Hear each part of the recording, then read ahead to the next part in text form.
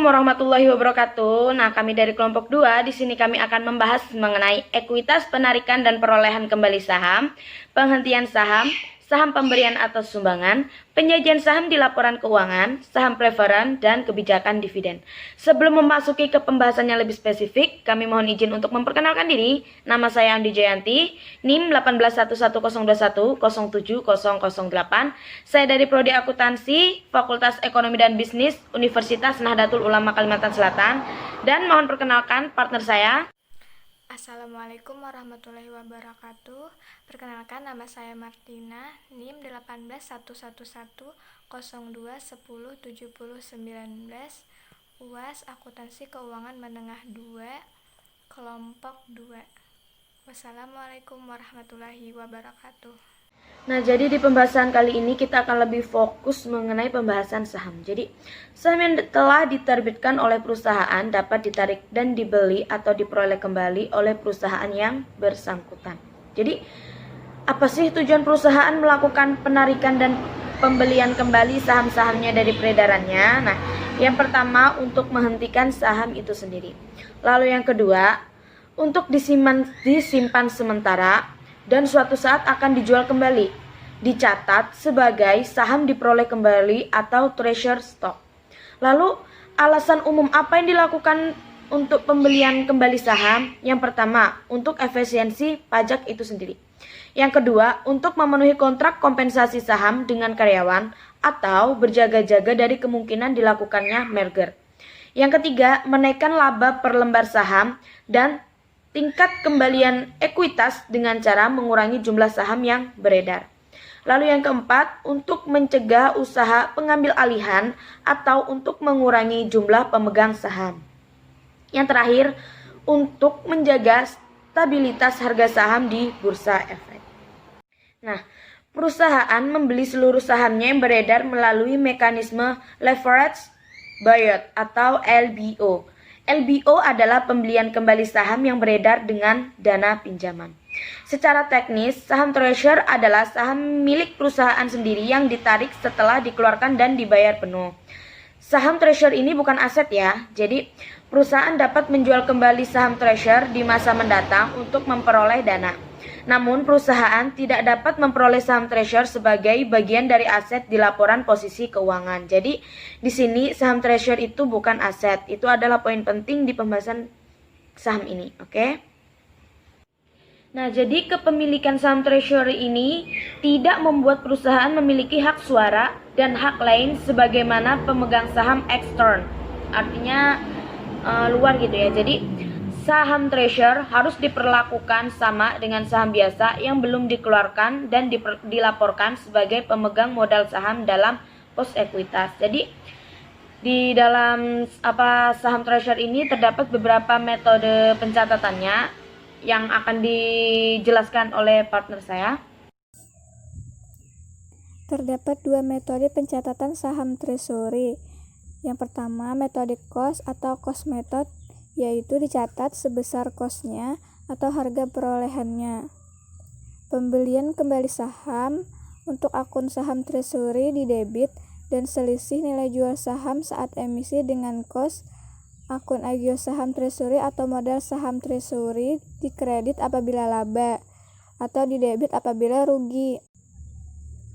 Penjualan kembali saham treasury dikredit, selisih lebih dikredit pada akun agio saham treasury dan selisih kurang didebit pada akun agio saham treasury. Jika tidak mencukupi, sisanya didebit pada akun laba ditahan. Yang kedua, metode nilai nominal atau par value, yaitu dicatat sebesar nilai nominalnya. Pembelian kembali saham untuk akun saham treasury tersebut Pembelian kembali saham untuk akun saham treasury sebesar nilai nominalnya dicatat di debit. Selisih lebih nilai beli di atas. Yang kedua, metode nilai nominal atau fair value, yaitu dicatat sebesar nilai nominalnya. Pembelian kembali saham untuk akun saham treasury sebesar nilai nominalnya dicatat di debit dan selisih lebih nilai beli di atas nilai emisi didebit pada akun laba ditahan. Diperlakukan sebagai dividen bagi mantan pemegang saham. Selisih kurang nilai beli di bawah nilai emisi dikredit pada akun agio saham treasury dianggap sebagai kontribusi modal dari mantan pemegang saham. Penjualan kembali saham sebesar nilai nominalnya saat emisi, selisih lebih nilai jual di atas nominal dikredit pada akun agio saham, dan selisih kurang di bawah nilai nominal didebit pada akun agio saham treasury jika saldonya mencukupi, dan jika tidak mencukupi didebit pada akun laba ditahan. Nah, berikut ini ada contoh soal mengenai penghitungan dan penyusunan ayat jurnalnya. Jadi, kita ke soal nomor 1. Buatlah ayat jurnal untuk urutan transaksi-transaksi di bawah ini dengan menggunakan metode harga perolehan atau cost method. Nah, jadi tadi sebelumnya sudah dijelaskan oleh partner saya bahwa ada dua metode pencatatan. Jadi kita menggunakan metode pencatatan cost method. Nah, yang poin A, dijual 2 juta lembar saham biasa dengan nilai nominal 250.000 pada kurs 120. Nah, jadi cara menghitungnya yang pertama. Nah, jadi langkah pertama kita harus mengetahui harga jualnya. Jadi harga jual itu sama dengan nilai nominal dikali angka kurs tadi, yaitu 120 dibagi 100. Jadi 250.000 dikali 120 dibagi 100 hasilnya 300.000. Terus untuk yang kedua kita mencari total penjualan saham dengan rumus harga jual saham dikali dengan total penjualan. Jadi 300.000 dikali 2 juta sama dengan 600 miliar. Wow, lumayan banyak ya. Coba kalau ini uang beneran, kaya saya ini. Terus selanjutnya, poin ketiga ada jumlah nominal saham. Nah, jumlah nominal saham ini kita mencarinya dengan cara nilai nominal dikali jumlah lembar saham. Jadi 250.000 dikali 2 juta sama dengan 500 miliar. Agio saham ini adalah selisihnya ya. Jadi agio saham ini kita cari selisih penjualannya dengan selisih nominalnya. Jadi 600 miliar dikurang dengan 500 miliar sama dengan 100 miliar. Nah, untuk ayat jurnalnya bisa kalian lihat di sini, yaitu kasnya ada di debit yaitu 600 miliar, lalu saham biasa ada di kredit 500 miliar, dan aigo saham biasa ada di kredit sebesar 100 miliar. Kita lanjut ke nomor 1 poin B. Nah, untuk yang poin B, dibeli 700.000 lembar saham yang beredar dengan harga 500.000 per lembarnya. Jadi kita hitung. Untuk yang poin B, yang pertama kita cari nilai saham treasure-nya, yaitu sama dengan jumlah saham yang dibeli dikali dengan harga beli saham treasure. Jadi 700.000 dikali 500.000, kalian bisa lihat di soalnya ya, untuk angkanya sama dengan 350 miliar. Jadi untuk ayat jurnalnya, saham treasure-nya itu 350 miliar dan kasnya ada di kredit sebanyak 350.000 miliar. Nah, jadi kenapa sih kita kasnya itu ada di kredit dan saham treasure-nya ada di debit? Karena di sini di poin B kita di sini membeli saham, jadi otomatis kita akan melakukan pengeluaran, makanya kas kita ada di kredit. Kita lanjut ke poin C.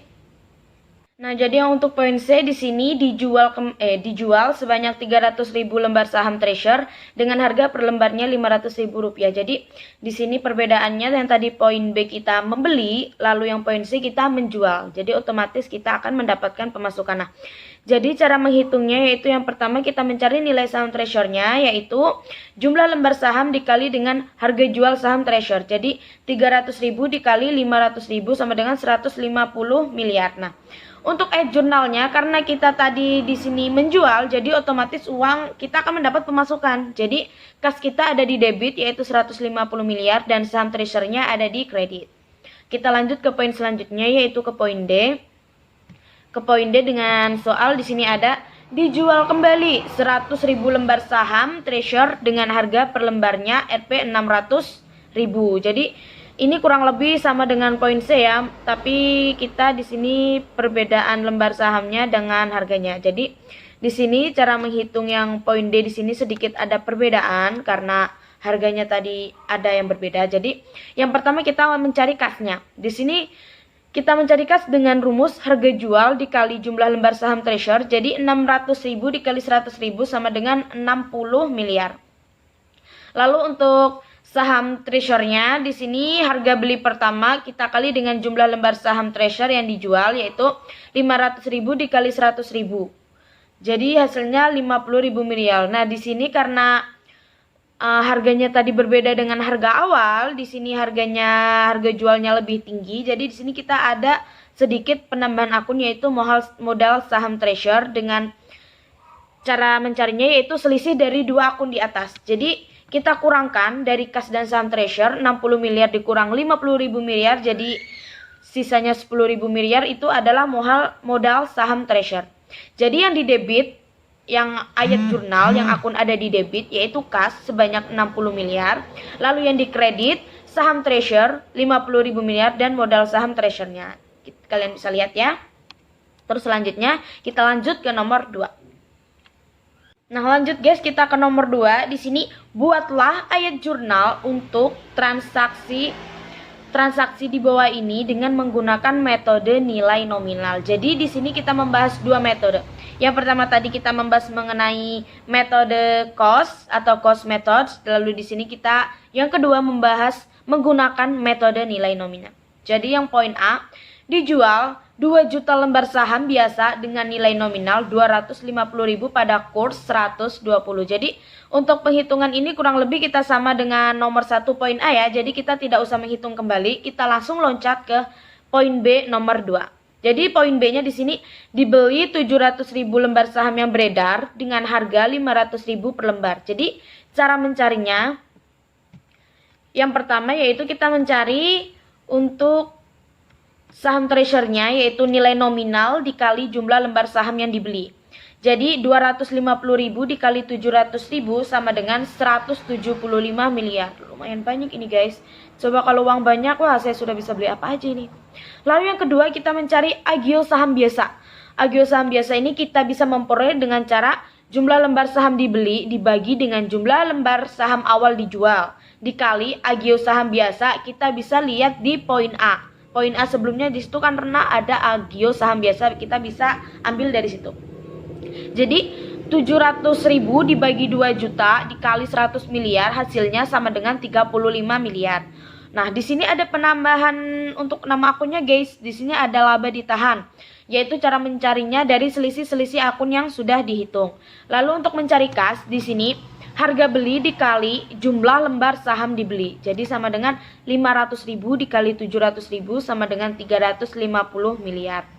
Nah, untuk ayat jurnalnya di sini sedikit banyak ya. Jadi yang di debit untuk akunnya yang ada di debit yaitu saham treasure sebanyak 175 miliar, agio saham treasure 35 miliar, laba ditahan 140 miliar dan kasnya sebanyak 350 miliar. Nah, kenapa kas ada di kredit? Coba kenapa ada di kredit? Karena di sini untuk akun yang poin B sini kita membeli, jadi otomatis kita melakukan transaksi pengeluaran. Jadi jika terjadi transaksi pengeluaran maka untuk kas di akun akan ada di kredit. Tapi kalau kita ada pemasukan berarti untuk di akun kas itu ada di debit. Nah, kita lanjut ke poin C ya guys. Dibeli 200.000 lembar saham yang beredar dengan harga 320.000 per lembar. Jadi di sini kita cara menghitungnya bisa menggunakan.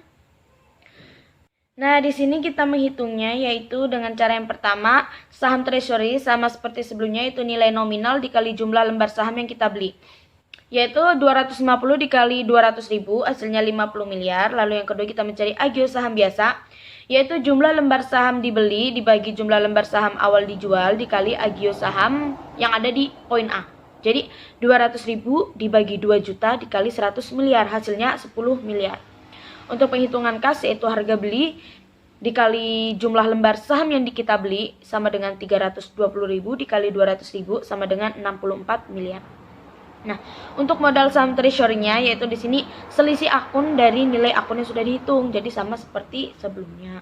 Untuk ayat jurnalnya yaitu saham treasury ada di debit yaitu 50 miliar, terus agio saham biasa itu ada di ada di debit juga 10.000 miliar, 10 miliar.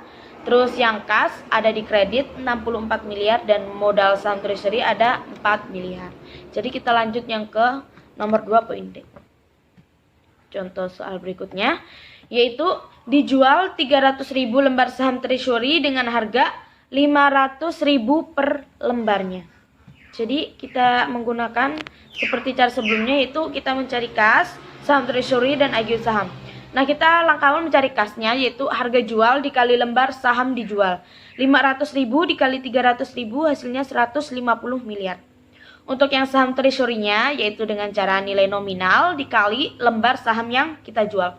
Jadi 250.000 dikali 300.000 sama dengan 75 miliar.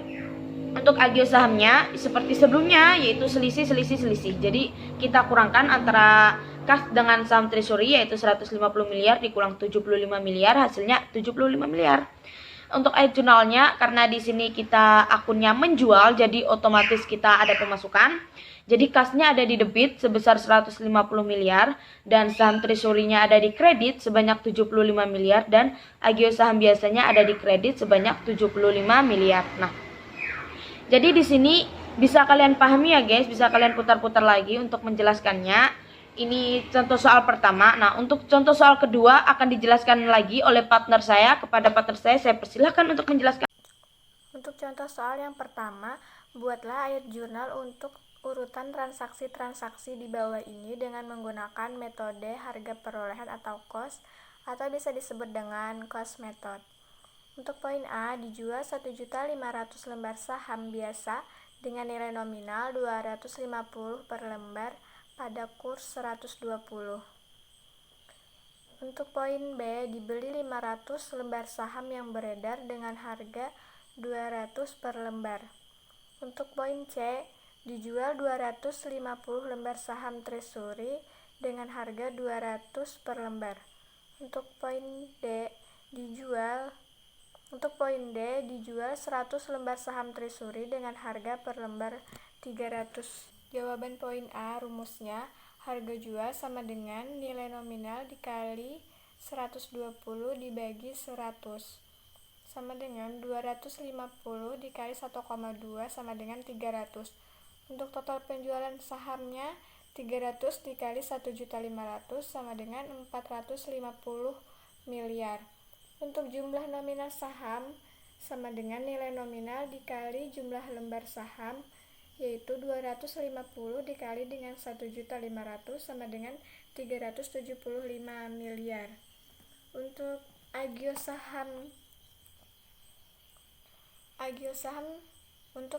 saham, selisih penjualan dengan nominal 450 miliar dikurangin dengan 375 miliar, yaitu 75 miliar.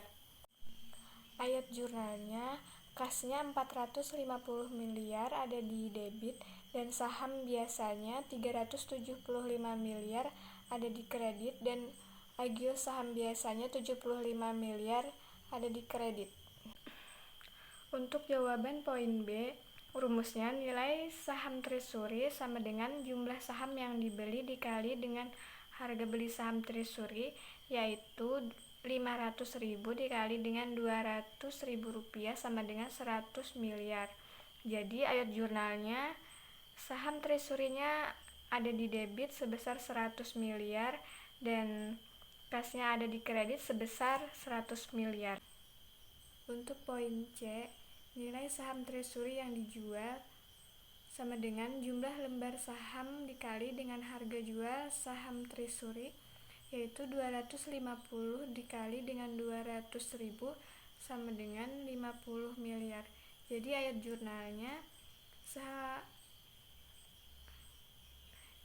jurnalnya kasnya di debit sebesar 50 miliar dan saham treasury-nya ada di kredit sebesar 50 miliar. Untuk poin D, rumusnya kas sama dengan harga jual dikali dengan jumlah lembar saham treasury, yaitu 300 dikali dengan 100, yaitu 30 miliar.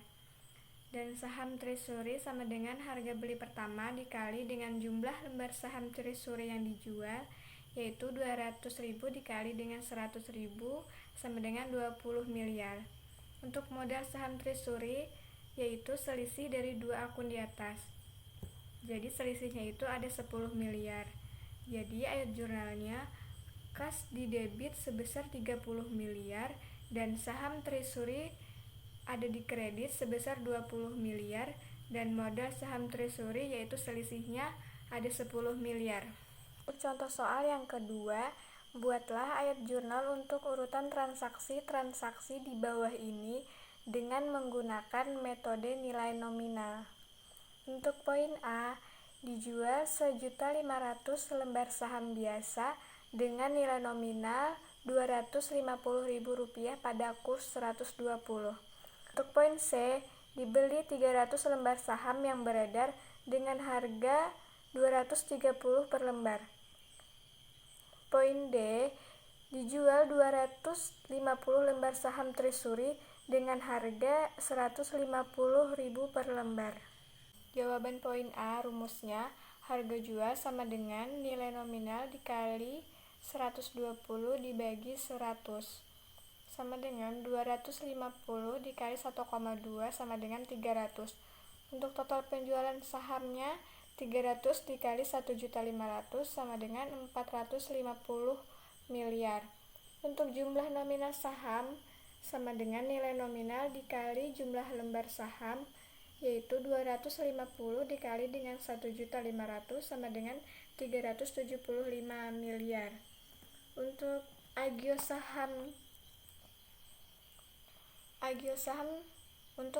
saham, selisih penjualan dengan nominal 450 miliar dikurangin dengan 375 miliar, yaitu 75 miliar. Ayat jurnalnya, kasnya 450 miliar ada di debit dan saham biasanya 375 miliar ada di kredit dan agio saham biasanya 75 miliar ada di kredit. Untuk jawaban poin C, yaitu rumusnya saham treasury sama dengan nilai nominal dikali dengan lembar saham dibeli, yaitu 250.000 dikali dengan 300.000 sama dengan 75 miliar. Untuk agio saham biasanya sama dengan jumlah lembar saham dibeli dibagi dengan jumlah lembar saham awal dijual dikali dengan agio saham penjualan pada poin A, yaitu 300.000 dibagi dengan 1.500.000 dikali dengan 75 miliar sama dengan 15 miliar. Untuk kasnya, harga beli dikali dengan jumlah lembar saham dibeli, yaitu 230 dikali dengan 300 sama dengan 69 miliar. Untuk modal saham treasury yaitu selisih dari nilai akun yang sudah dihitung. Jadi selisihnya itu ada 21 miliar.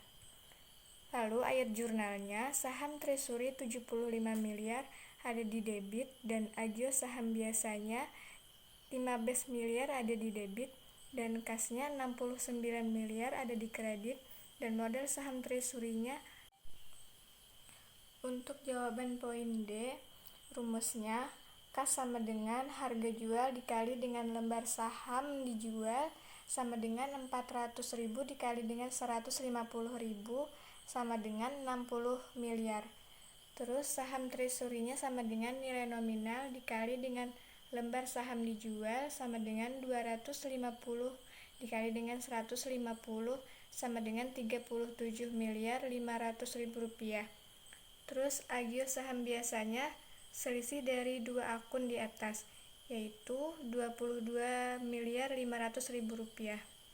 Jadi ayat jurnalnya, kasnya ada di debit sebesar 60 miliar dan saham treasury-nya ada di kredit sebesar 37.500 miliar dan agio saham biasanya di kredit sebesar 22 miliar 500.000 rupiah di kredit. Jadi itulah tadi penjelasan dari kelompok 2 dari saya dan partner saya Martina. Kami mengucapkan mohon maaf bila terdapat ketidaknyamanan dalam penjelasan maupun ketidakjelasan dalam penyampaian. Salah hilapnya mohon maaf. Wallahul muwaffiq ila aqwamit thoriq. Wassalamualaikum warahmatullahi wabarakatuh.